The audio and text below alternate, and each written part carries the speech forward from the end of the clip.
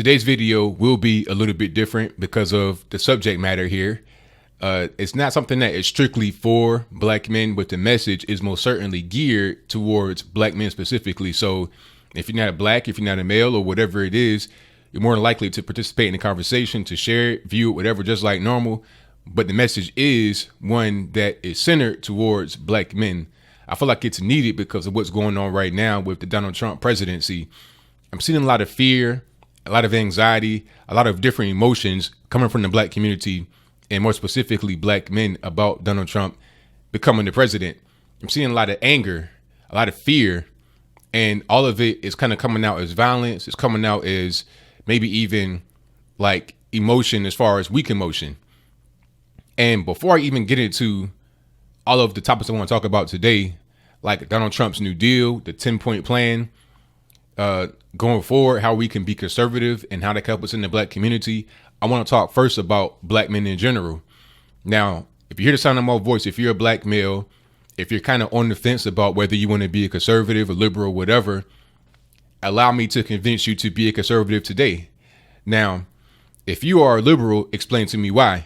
Look at the conditions of the black community in which we live. Many of us live, not all of us, of course, but many of us live in these conditions to where we have no hope.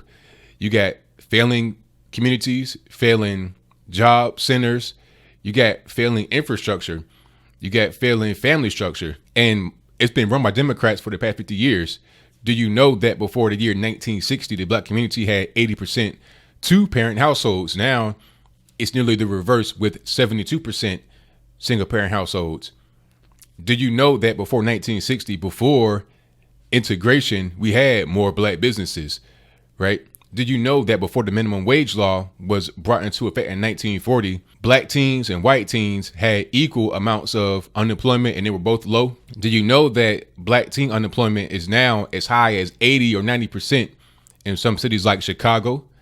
Did you know that? Now, some would say, oh, black teen unemployment, that's not really a big deal. They should be in school, et cetera, et cetera. But you have to understand, we're trying to compete as black men. We're trying to compete with white men, with people from other countries, with Hispanic men. They come from their country. They're working at an early age. They're all developing skills very early. And the way you develop skills at an early age is to be employed at an early age. And we're not doing that en masse. So we're behind the 8 ball when it comes to competing, which is contributing to our poverty problem. Now, I think that those factors I just mentioned, which have really become under Democrat rule, because we were poor before 1960, yes, but our situation was better. It wasn't as much crime, violence, and hopelessness because we had a good family structure. We had jobs. They may have been low paying, but did it really matter? And we had our own communities that we set up and organized. So our money made as much sense and went as far as it needed to go within our own structure. So we didn't have to have a bunch of money to fit into someone else's structure that had more money than us. You understand what I'm saying? So my general point here is that we had a better situation going on during a time where we had more people that voted Republican. The conservative values that many of us claim to adhere to every day. A lot of us go to church. A lot of us say we're good people, but yet we support en masse abortion, which was designed to keep the black man, the black family, the population under control. Margaret Sanger said that she wanted to kill off the blacks, the Jews, and the Chinese. She said that we were human weeds. That was her words verbatim. And her vision was to have the more superior races be the ones that flourish, while the ones that were not superior, the ones that were like the hangers on, would die off. Do you know that Hillary Clinton went to Planned Parenthood and gave a speech in front of people that were like executives and said how much she praised Margaret Sanger for her vision? Well, what vision? I'm not making it up. I'll probably put that in the box below. You can also research it for yourself, right? So at a certain point, we have to be able to understand who the Democrats are. We got to be able to understand who has our best interests. And we got to also be able to look at history and see what worked better for us as black people. As simple as that. So if you're a black man, you hear the sound of my voice. If you are into logic, if you are into reason, and you're not driven by emotion, that must make sense to you. It has to make sense because it's logic, it's fact, and it's real.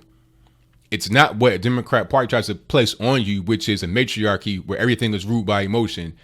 The women rule, sans the father. The father is out of the home. The father is removed from the home, and all that rules is the female energy. You know, shout out to all the black women out there. I appreciate you for what you do, but it's got to be a two player party here. It can't just be one person by themselves. It can't just be the man by himself raising children, and it can't be the women. It's got to be a collective effort from both, and the man has to be in control when it comes to the logic and the reason and the facts. That's just what it is. The woman is strong in her own right. She's strong as far as being able to communicate with people emotionally and to be able to understand people more than the man possibly can, because he's not in tune with himself the way a woman is. That's just kind of what it is. So we all have roles we got to play. Now, today, I'm speaking directly to black men in our role. We got too many of us in the penitentiary, too many of us locked up on silly charges because we're not in control of our emotions. We must control our emotions. We must be masters of our emotion. I saw Van Jones on CNN. I did a video about that where he was talking about, well, how am I going to tell my children about Donald Trump? See, that is an emotion-based response. And I'm not even sure if he was acting or if he was actually being real. But if he was being real, it doesn't even really matter if he was being real or if he was not. The whole point is that he was delivering a message which makes us seem like we are emotionally inferior, that we cannot control our emotion, that we cannot control ourselves as black men. We just resort to our emotion, whether it be to the highest of high, where it's like you got gun crime and violence. It comes as a result of our lack of our emotion control. Or if it's like the lowest of the low, where we get to wallowing in pity and sorrow for ourselves because we too are emotionally unstable and weak to be able to look at a situation and take advantage of it in a way that will benefit us, which is my next point. Donald Trump. How can Donald Trump benefit the black community? How can Donald Trump benefit the black man? Well, let's first talk about being a conservative, having more conservative control over a situation versus liberal. Now, I've already explained to you what liberal policies do. Let's talk about what conservative policies do.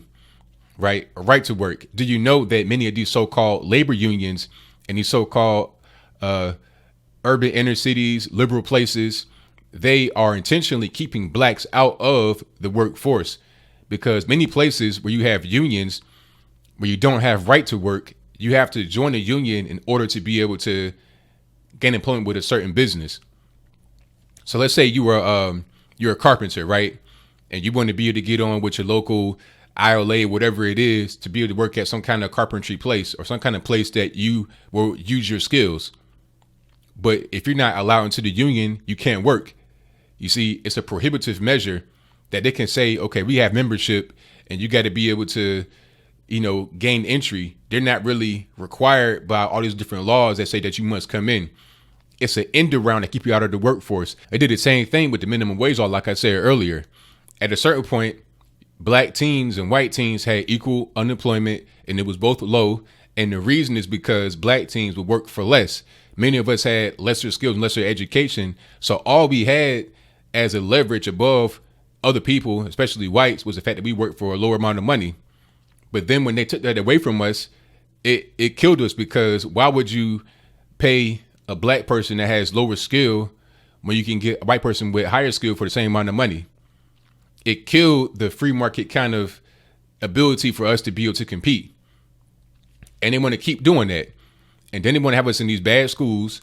Now, before I even get into the schools, that is part of Donald Trump's 10-point plan, which would be a better way for me to be able to explain to you, black man, how Donald Trump can help you and help us as black men, as black people in his presidency. Now, Donald Trump's first goal here is school choice. Right? School choice is very important, because the way things are now, many of us as black men, young black boys, we're trapped in these schools that are failing. The public schools are failing. We can't choose to go to a different school. Democrats are against that. Why?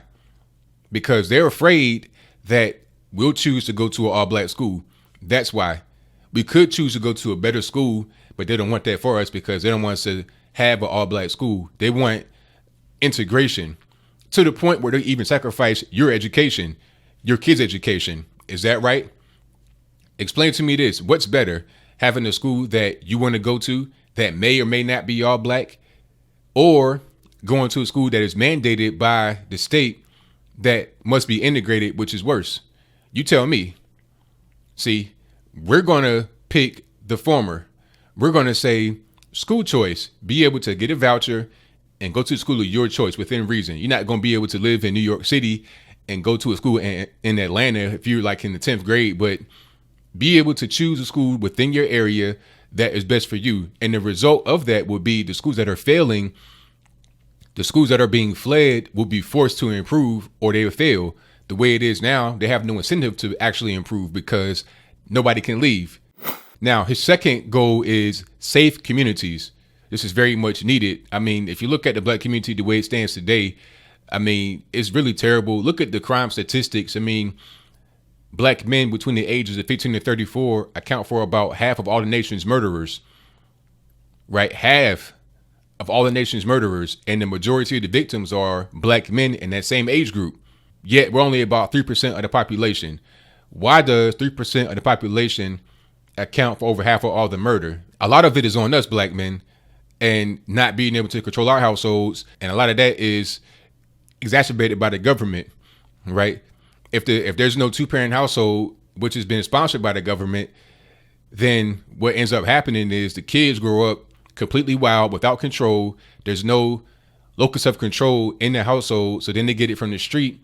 The streets are wild. Then they go out there and wreak havoc. And like I said, a lot of that is not helped by the government because you have all these systems in place, all these welfare, child support, and everything else that gives an incentive for the woman to remove the man, right? And without the man, we all know that crime gets worse. So the way things are now, the way the system is now, how can we improve communities? Well, what Trump is proposing is to have the community be trained better, right? If you are living in an area where there's high crime, there's violence, he wants to be able to train people in the community to be able to protect their community and also to be able to have better relations with the police, right? To remove the gangbangers, the drug dealers, etc. Those people cannot be in the community anymore. Encourage people to actually snitch on their so-called neighbor that's out there selling drugs. If you know Man didn't kill Tyrone, maybe you need to get Man up out of there to make the community safe, because it's not just about us. It's about the children, the innocent women, people that have to live in the, old ladies, people that have to live in these communities under tyranny. Now, his third thing on the list is equal justice under the rule of law. That means that people that are high up are not going to get preferential treatment. Anybody that violates the law is going to be handled accordingly. That means if you are in the hood and you're doing wrong, you got to get the law applied to you. This is the same way as somebody on Wall Street had to do the same thing. And I think that if people respect the law as it's being followed from top to bottom the correct way and fairly, then I think that would be more of an incentive to follow it. Hopefully so. And if you're watching my video, I know you have an elevated level of conscience anyway, so you're going to be more likely to follow the law regardless of what rules are in the books. Now, his fourth thing on the list is tax reform.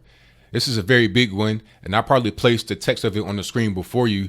Now, tax reform is very important because a lot of times we're getting taxed to death. I mean, many of these so-called liberal places, the taxes are so high, it's hard for us to be able to continue on with business, right? If let's say we want to start a business, you want to be able to build something in your community, you want to be able to work from home or whatever it is, you got to pay all these exorbitant taxes to the point where you're not able to really do anything, or you're not able to hire anybody. I talked to somebody one time, as many years ago, I was in a place getting my oil change, and it was a guy, black male, probably in his 60s. He owned a corner store in a low income area, in the black area. And he just started talking to me randomly. And he was like, he was trying to get money together to be able to pay a big tax bill that was due. And he was talking about how the taxes are prohibitive and that they target black men from being able to get into business. Right now, this is years ago. This is when I was still a liberal. He just started talking to me. And that has still, to this day, stuck with me because I realized what he was talking about now. And Trump is saying the same thing. It's like these taxes are so high that it prohibits a lot of people from being able to get into business, to become entrepreneurs, and also to be able to have tax-free zones or low tax zones that will incentivize business to come and invest into your community.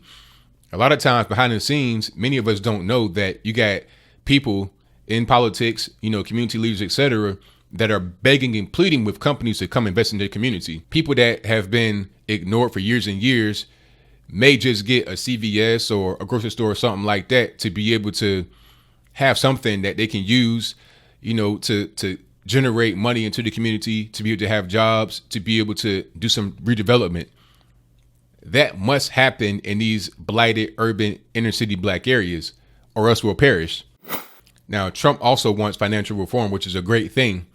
If you're able to kind of get Fannie and Freddie under order, if you're able to get a lot of these banks under order, a lot of the international banking rules, which are very predatory to blacks and other people, I think if he's able to do that, that'd be great, because we need the capital. A lot of times we want to start a business, we don't have the capital, we don't have the money.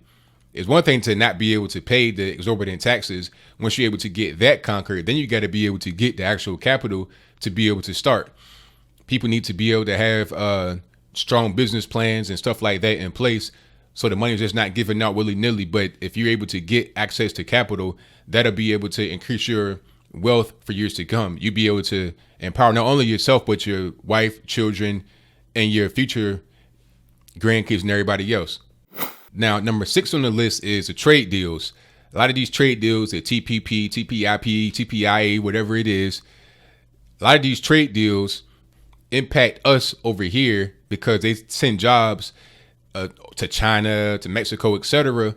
Meanwhile, our factories are left empty. Now, there's plans to have like a 35% tariff. That may or may not work, but the whole point, the idea of it makes sense, because you got to reform these trade deals. I mean, at a certain point, we can't be controlled by foreign countries as far as our jobs are concerned and as far as our future is concerned. And that's going to help a lot of us in the black community more, because right now we have an education deficit, and a lot of jobs that we can do are going to be labor jobs, are going to be factory jobs. So if we're able to get those jobs back, that can help us in the immediate future rather than down the line. Now, the next thing here is protection from illegal immigration. And we most certainly need that, because a lot of the illegal immigrants come over here and take jobs that we can do. Now, some would say, oh, Americans don't want to do those jobs, but how does a person living in an office somewhere in New York City really know what all Americans want to do? A lot of the illegal aliens, they come and take our jobs, and they come and gentrify. That's going on right now in LA, California. A lot of black areas are being pretty much evacuated by people that come from the south of the border, right? A lot of illegal immigration, and a lot of these people are violent. They come illegally and they do illegal things. Now, not everyone that comes over the border illegally is a criminal, but there are a lot of criminals that come illegally because they're not going to come through the front door. They're going to come through the back. Now, if we're able to kind of bring that in, that'll help us in many ways as far as the crime that is being perpetuated against us, and also the jobs that are being stolen by them. And not only do they steal jobs, they steal money, because if they get paid from a job, a lot of times they expatriate that back to Mexico. So what do we want? Do we want people to come over here to not only come illegally, but also to take a lot of the money that could be in the American economy and send it to a foreign country? Or do we want jobs for people that live here, those of us black men in the hood right now that can work with our hands, that can do different things in the factory, jobs that are taken by other people under the table? We should get those jobs, and we should get that money to be able to spread it around the black community, let it bounce a few times, and then that'll be able to help us rise out of poverty. And the next thing here is new infrastructure development. And that's a very big thing here, talking about the inner cities and the crumbling infrastructure. I mean, what comes to mind first is Flint, Michigan, black men. I mean, look at what happened in Flint. I mean, the water was terrible, and the reason why the water was so terrible and is terrible is because of the infrastructure. It's because of the pipes, and also because of the fracking that's going on. They don't want to talk about that, because those same pipes were used before with the same river water, and there was no problem. But now all of a sudden, the water is toxic and people are dying, or people are getting rashes and everything else. Why? It's because the fracking, it puts wastewater into the river, and then that same water goes through the pipes, it corrodes the pipes, and then people are getting lead and everything else in their water. That's what's going on. And your man Obama is a champion of fracking. He wants to cut down coal, but coal wouldn't have polluted the water. Fracking polluted the water, but I digress. Number 9 is he wants to protect the African American church. And I know a lot of black men may roll their eyes when they hear that. It's like, oh man, the church, I ain't really with that. But at the same time, many of us do appreciate the church. The church is a very important institution when it's run properly and when it's protected properly. So I think that if we're able to protect the church, and many of us as black men are able to get in there and do some reforms on our own with the church, a lot of these crooked pastors and whatnot got to go. I think if we're able to understand the importance of religion in the black community once again, rather than caving into immorality and caving into things that don't make any sense. You know, you got abortion going on, 17 million black babies that have been aborted since 1973 Roe v. Wade, totally out of control. If we had more of a religious and a moral center, maybe that wouldn't be going on. And then maybe we understand why the Democrat Party has not been good for us since 1960s. Now, the last thing on the list, number 10, is we're going to put America first. Rather than trying to go overseas and be a foreign interventionist, dealing with Iraq, Iran, Syria, etc., we can focus on right here first. Those of us that are right now starving, we're hungry, we're on the streets, we're broke, we're homeless, we're jobless, we're hopeless. Focus on us first rather than trying to go overseas and build democracies over there. That makes sense for everybody, whether you black, white, candy stripe, especially for us in the black community, because many of our communities are the most in shambles. They need the most attention. So rather than giving that energy to a foreign country, how about giving it right here first? I mean, think about it. You see on TV all the time, we go overseas and we try to help them, but why not help each other? Why not come here and help? You going overseas and you bring in immigrants, so-called refugees over here. You giving them free housing, free food, put them in a nice area. You may even give them a car. But you got guys that's been hurt their whole life. They have no car. They're homeless. They're broke. They're living on the street, and they're trying to get somebody to help. So maybe if we focus on America first rather than foreign places, then we could do that. So that was a list of things from Trump as far as what his plan is for the black community. Now, here's a question. Have you ever seen anything like that from a presidential candidate or somebody that's coming into office? Hillary had no plan. Barack Obama had no plan. Bush had no plan. Clinton had no plan. I didn't see any kind of plan from them. But you got Donald Trump coming in with a real plan and says, hey, this is what we're going to try to do here. Even if all the things don't get accomplished, if you a logical and reasonable person, you can see the effort. And you can see that this guy, Donald Trump, is going to be somebody that's receptive to the people. Because this whole election, him being in office, is all as a result of the people and their input. Their direct input and them saying, hey, we don't want more of the establishment. We don't want more of the status quo. We want this guy in here to totally change the way our democracy is run. So that's pretty much all I got for it. You know, black men, my final thoughts are that we need to just tighten up, do right. Don't let our emotions get the best of us, and look at things for just the logic of it rather than what we feel like it could be. Let's not be so loyal to the Democrat Party, which has not been loyal to us. I mean, we vote 85, 90% for the Democrat Party, but what have they really done for us? You could point back to the Clinton years, but how long ago was that? You know, we're talking about 15, 20 years later. I mean, what have you done for me lately? Look at Barack Obama and how we've fallen under every major metric. And how long can you blame George Bush? George Bush was in 2009. It was officially over. Now we're going to 2017. How long are we going to blame the guy that was 8 years ago? Every major metric under Barack Obama, we've fallen. And I'll place that graphic on the screen before you if it's not already there. So at a certain point, like Donald Trump said earlier in the year, what do you got to lose? Try something new with Trump. Why not? Clinton was going to be the same old with Barack Obama. And I think anybody that's hearing my voice knows that to be true.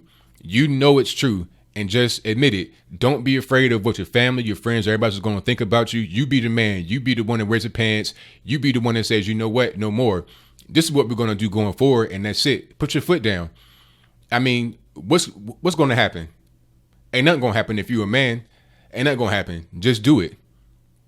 So that's pretty much all I got. I mean, what do you think? Do you think that Donald Trump would be great for the black community? If so, why? Or do you think he'd be bad for the black community? If so, why? Now, would he be worse than Barack Obama?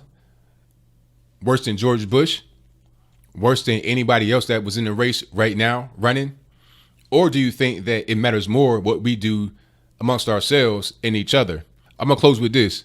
I think this was a great move for the black community to be able to get Trump in office. I think we could take full advantage of it, but it's all on us.